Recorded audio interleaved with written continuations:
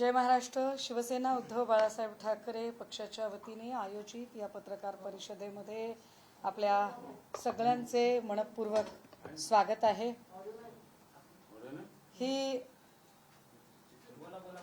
ही पत्रकार परिषद एका महत्त्वाच्या मुद्द्यावर आपल्या सगळ्यांचं लक्ष वेधू इच्छिते. राज्यामध्ये निवडणुका सुरू होण्याच्या आधी, विशेषतः विधानसभा निवडणुकीच्या आधी ज्या पद्धतीने लाडकी बहीण योजना अत्यंत घाईघाईने आणली गेली आणि या लाडक्या बहीण योजनेसाठीचा कुठलाही पुरेसं संख्यात्मक विश्लेषण नसताना, यासाठीचा कुठलाही संशोधनात्मक आधार नसताना निव्वळ पगारी मतदार तयार करण्यासाठी किंबहुना फक्त आणि फक्त निवडणुका डोळ्यासमोर ठेवून ज्या पद्धतीने योजना आखली, या योजनेची सदोषता आता पुढे येत आहे.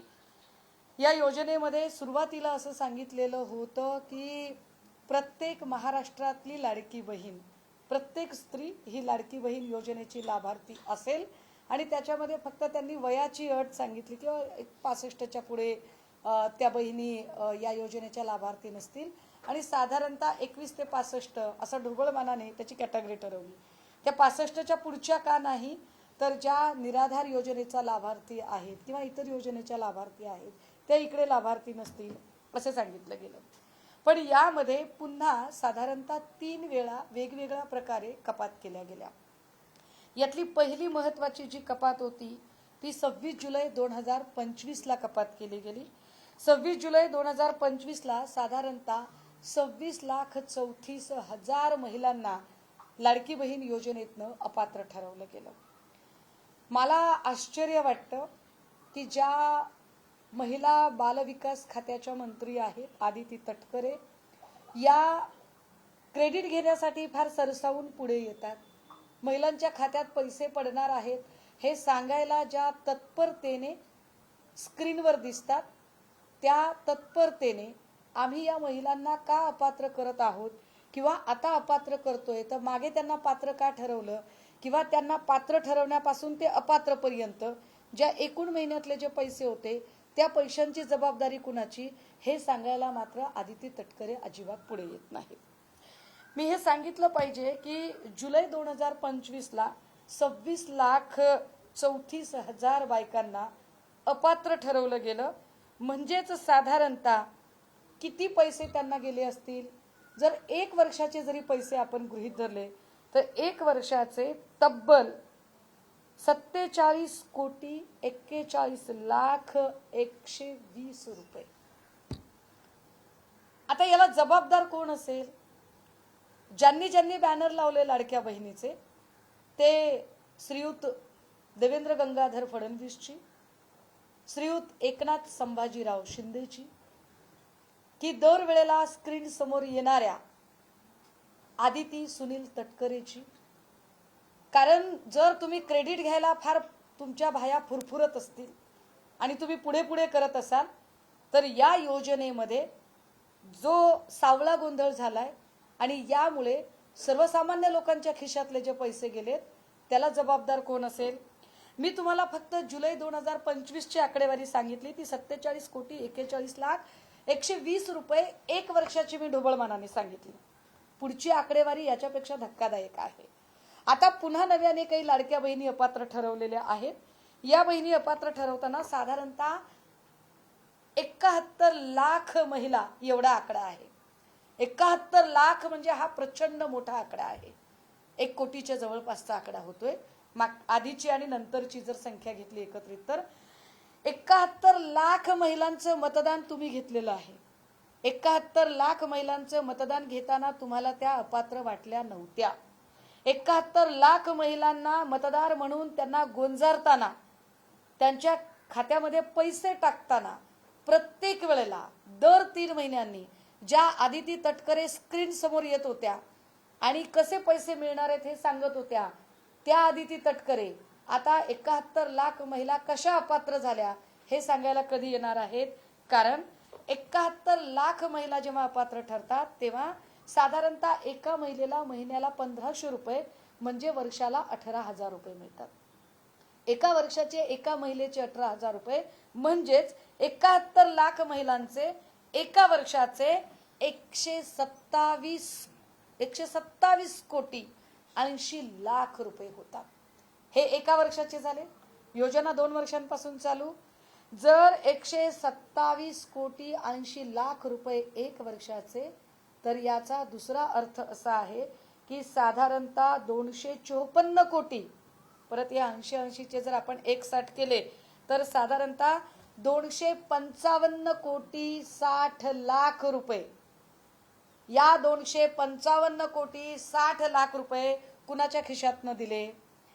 आमचा प्रश्न आहे आपल्याला सरळ सरळ की हे पैसे देवेंद्र फडणवीस यांच्या खिशातनं गेले का?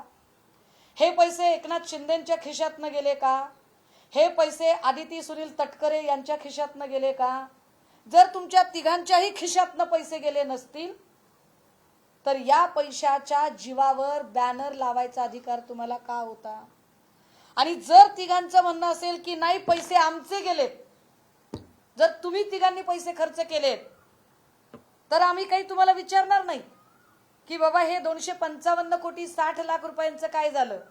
पण हे पैसे ज्या आम्ही सगळ्या महाराष्ट्रातल्या गोरगरीब जनतेने पोटाला चिमटा घेऊन जे तुमची लाईट बिल भरली, घरपट्टी भरली, पाणीपट्टी भरली, प्रॉपर्टी टॅक्स भरला, रोड टॅक्स भरला, टोल टॅक्स भरला, वेळोवेळी तुम्ही जे औषधांवर कर लावले, गॅसची महागाई केली, पेट्रोलची महागाई केली, डिझेलची महागाई केली, आणि या प्रत्येक तुम्ही मोबाईलचं रिचार्ज वाढवलं, तुम्ही अगदी कर्मणूक कर म्हणून तुम्ही टीव्हीच्या रिचार्ज मधले पैसे वाढवले. ह्या सगळ्या पैशातनं जे आम्ही तुम्हाला पैसे दिले, किती दिलेत? 255 कोटी 60 लाख रुपये. कसा आला आकडा तो तुम्हाला मी सांगितला. हे 255 कोटी 60 लाख रुपये तुमच्या तिघांपैकी भरणार कोण? तुमच्या तिघांपैकी याची नुकसान भरपाई कोण करणार? एकनाथ शिंदे तुम्ही करणार आहात का? देवेंद्र फडणवीस तुम्ही करणार आहात का? की अत्यंत गोड बोल्या साखर झेल्या अशा आदिती तटकरे ताई करणार आहेत? तिघांपैकी कोणीतरी एकाने जबाबदारी घ्यावी लागेल, कारण पैसे महाराष्ट्रातल्या गोरगरीब जनतेच्या निढळाच्या घामाचे पैसे तुम्ही घेतलेले आहेत. हे पैसे तुम्ही निवडणुका जिंकण्यासाठी घेतलेले पैसे आहेत.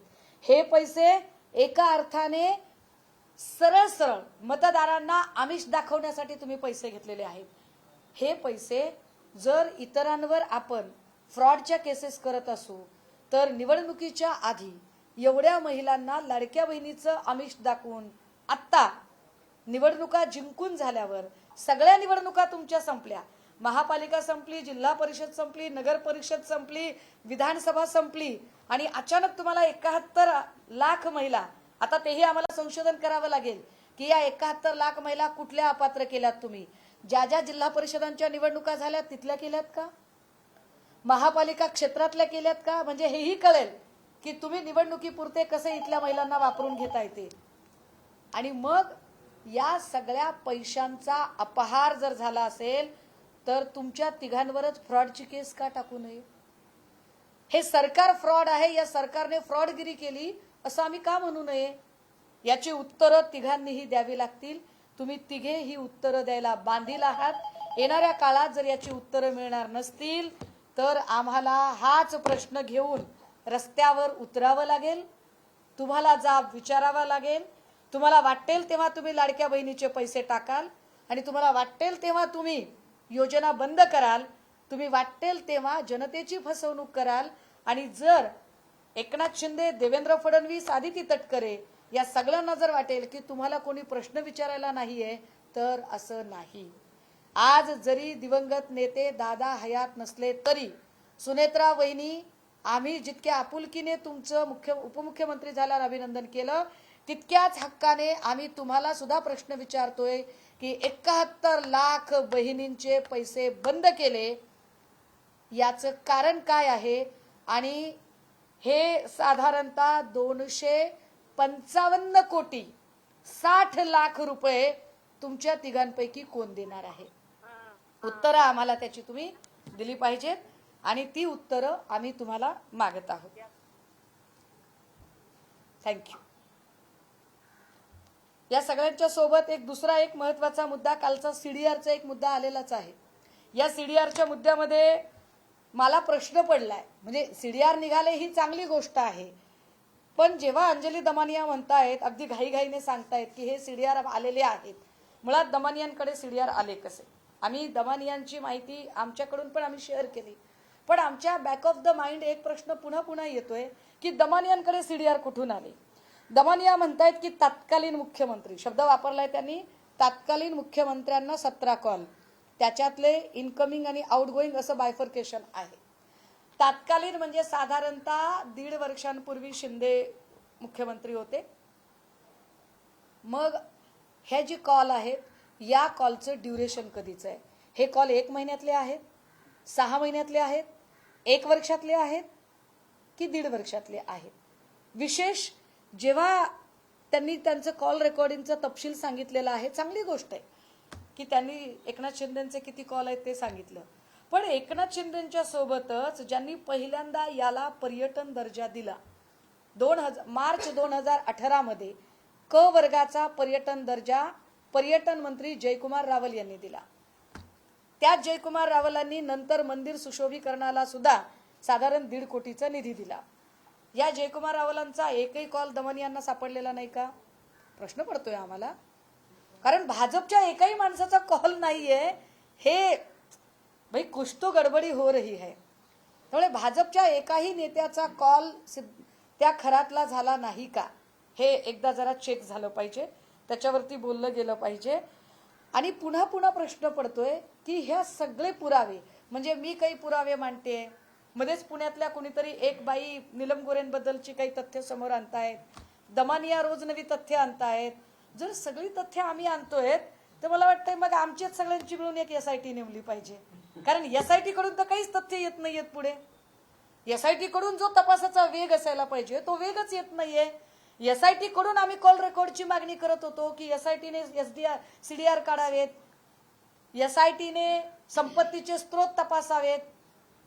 जर SIT कडून कुठलाही तपासाला वेग येत नाही, ऑन फ्लोअर मुख्यमंत्र्यांनी सभागृहाच्या पटलावर रेकॉर्डवर सांगितलेलं होतं की शिवनिका ट्रस्टच्या आजी माजी सदस्यांची सगळी चौकशी केली जाणार आहे.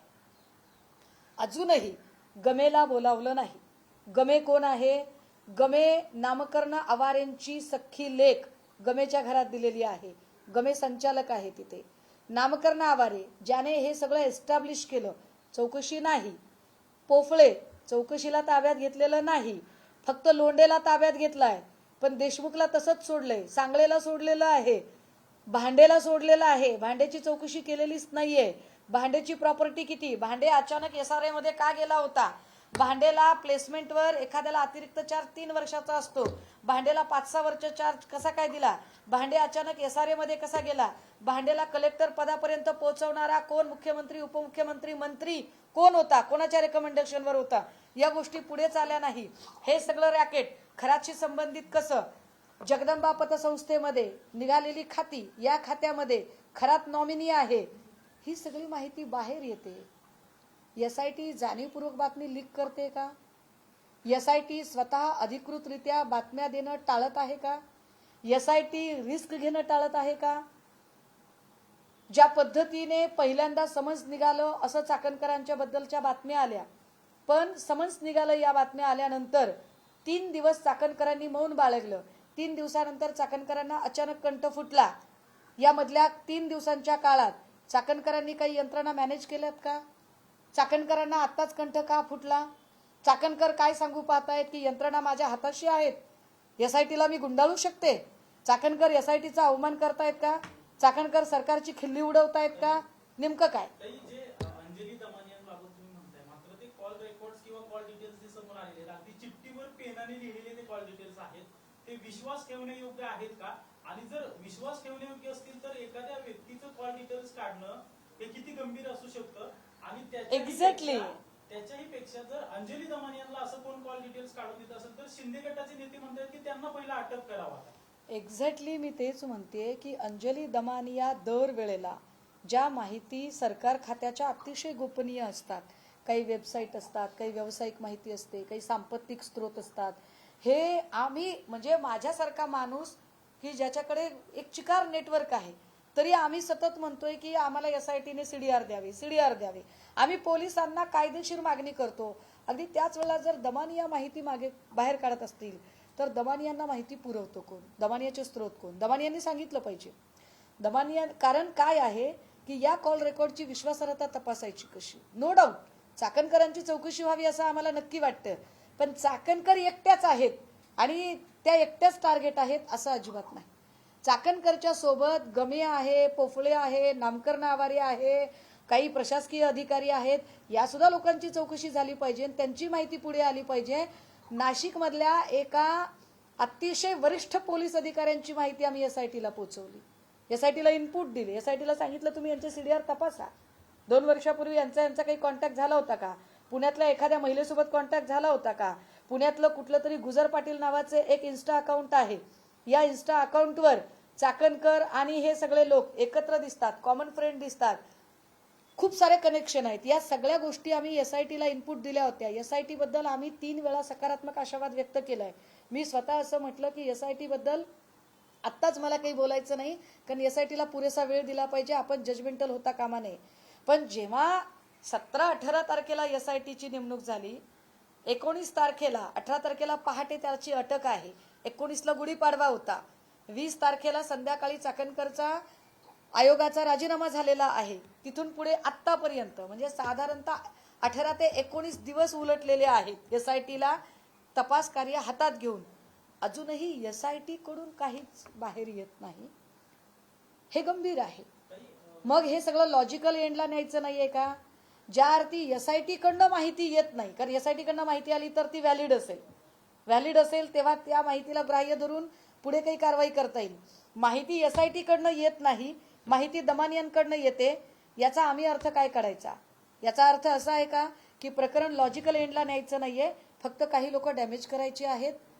कारण माझ्यासाठी पक्षीय राजकारणापेक्षा सुद्धा हे प्रकरण महाराष्ट्राच्या लेकीबाळींच्या अब्रूशी जी माणसं खेळलेली आहेत, या माणसांना गजाआड पाठवणं हे माझ्यासाठी जास्त गरजेचं आहे आणि त्यावर काम झालं पाहिजे. खरंच अनेक राजकीय लोकांच्या संपर्कात होता असं माहिती देखील समोर येते, पण एकनाथ शिंदे आणि रुपाली चाकणकर यांचेच कॉल डिटेल्स आहेत आणि त्यांचेच कॉल डिटेल्स हेतुपुरस्सर समोर आणले जात आहेत का? कारण की अनेक नेत्यांच्या अनेक अधिकाऱ्यांचे तो संपर्कात असणारे मधुकर नाही चाकण याच्यात काय माहितीये का, कल्प्रिट असणारी लोक किंवा सस्पेक्टेड असणारी लोक त्यांचे कॉल रेकॉर्ड येणं स्वाभाविक आहे, त्याबद्दल मला काही म्हणायचं नाही. चाकणकरांचे कॉल रेकॉर्ड येणं स्वाभाविक आहे, पण एकनाथ शिंदेच्या आधी केसरकरचे कॉल रेकॉर्ड पण आले पाहिजेत. ते केसरकरचे कॉल रेकॉर्ड आलेले नाहीत. ललित पोफळे जो आहे तो पोफळे सोबतचं किती वेळचं बोलणं आहे, काय बोलणं आहे हे आलेलं नाही. महत्वाचं म्हणजे तात्कालीन मुख्यमंत्री हा जो शब्द आहे, या शब्दावरून हे कॉल किती दिवसांचे आहेत, म्हणजे 1.5 वर्ष, 2 वर्ष, 2.5 वर्ष, याचा कार्यकाळ किती आहे, तो जो एक्झॅक्ट पिरियड आहे, तो एक्झॅक्ट पिरियड अजूनही त्याच्यामधला डिफाईन झालेला नाहीये, हे फार महत्वाचं आहे. आणि यावर SIT अजूनही काही बोलत नाहीये.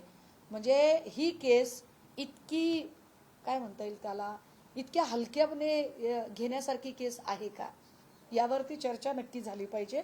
कारण आपण नुसते बोलतोय आणि लॉजिकल एंडला प्रकरण जात नाही. ड्रगच्या प्रकरणातही मी वारंवार आवाज उठवत होते आणि वारंवार प्रत्येक अधिवेशनात मुख्यमंत्री महोदय म्हणतात की आम्ही याची पाळंमुळं खणून काढणार. अजूनही ते ड्रगची पाळंमुळं खणून काढू शकले नाही आणि या केसची पाळंमुळं त्यांना खणून काढायची आहेत का, की फक्त अशा माहिती बाहेर आणून फक्त लोक डॅमेज करायची आहेत, काही कळत नाही आम्हाला. भाजपची 2 नावं मी सांगितली गेली, चंद्रकांत पाटील, दुसरं आशिष शेलार, हे सर्वांना माहिती आहे सीएमच्या गटात नाहीयेत म्हणून यांचे नाव बाहेर काढले. बघा हे फार चांगलं आहे, हे माझ्या आधी स्वतः पत्रकारांनी मान्य केलं, ही किती मोठी गोष्ट आहे की स्वतः जर पत्रकारच हे मान्य करतात की चंद्रकांत पाटील आणि आशिष शेलार हे दोघंही सीएमच्या गटातले लोक नाही, सीएमच्या लॉबीतले नाही, सीएमच्या विरोधी लॉबीतले आहेत आणि म्हणून त्यांचे कॉल रेकॉर्ड बाहेर येत आहेत. हे पत्रकारांकडून येणं हे अजून जास्त बोलकं आहे असं मला वाटतं. नरेश अरोरा दादा गेल्यानंतर नरेश अरोराचं ते कॉन्ट्रॅक्ट हटवलं गेलं, त्याची 2 कारणं समोर येतात. एक तर दादा गेल्यानंतर ते परवडत नव्हतं आणि दुसरं नरेश अरोराने पक्षाची रणनीती आणि माहिती इतरांना दिल्याचं देखील आता समोर येतं किंवा आरोप होत आहे. हे शक्य आहे की नरेश अरोरा सारखा माणूस होस्टाईल होऊ शकतो किंवा ती माहिती तो बाहेर पाठवू शकतो. काय खरं काय खोटं त्या पक्षाला जास्त माहिती असेल. मात्र सध्या ज्या पद्धतीने हे सगळं चित्र चाललंय ते बघता मला जी एक गोष्ट जाणवते की ज्या पद्धतीने भाजपा सगळ्याच पक्षातल्या लोकांशी खेळत आहे हे गंभीर आहे.